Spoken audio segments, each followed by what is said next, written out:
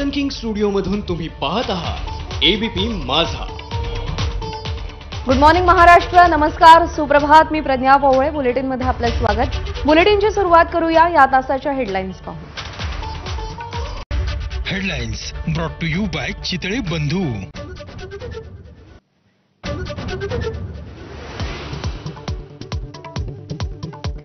उपमुख्यमंत्री एकनाथ शिंदे आणि आदित्य ठाकरे एकाच मंचावर येणार। वरळीतील बीडीडी चाळीच्या पुनर्विकास केलेल्या घरांचा मुख्यमंत्र्यांच्या हस्ते चावी वाटपाचा कार्यक्रम।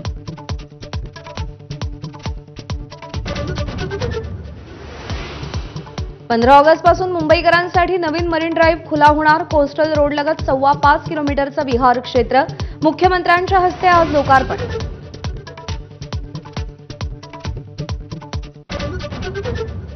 कोल्हापुरातील नांदणी मठाच्या महादेवी हत्तीणी संदर्भात सुप्रीम कोर्टात दाखल केलेल्या फेरविचार याचिकेवर आज सुनावणी।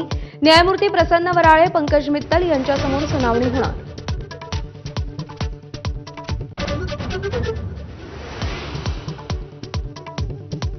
मुंबई हायकोर्टाकडून कबूतरखान्यावर बंदी तुर्तास कायम। कंट्रोल फीडिंगला परवानगी देण्याचा निर्णय पालिकेच्या कोर्टात। तर आरोग्यासह आस्थाही महत्त्वाची असून लवकर निर्णय घेऊ, मुख्यमंत्र्यांची प्रतिक्रिया।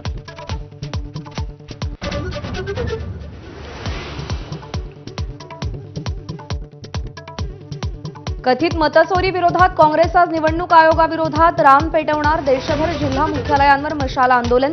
2 महिने वेगवेगळ्या प्रकारे आंदोलनाची रूपरेखा।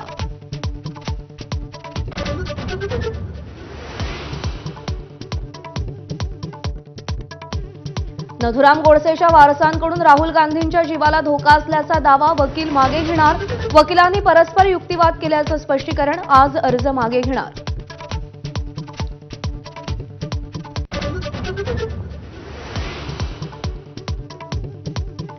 वसई विरार महापालिकेचे माजी आयुक्त अनिल कुमार पवारांसह 3 अटक। आर्थिक गैरव्यवहार प्रकरणी ईडीची मोठी कारवाई।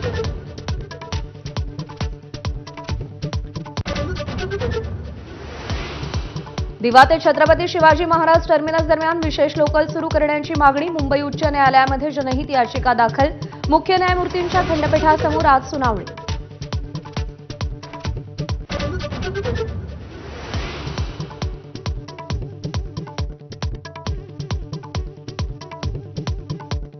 शिल्पा शेट्टी आणि राज कुंद्रा पुन्हा अडचणीत। 60 कोटी रुपयांना गंडवल्याची व्यापारी दीपक कोठारीची पोलिसांकडे तक्रार।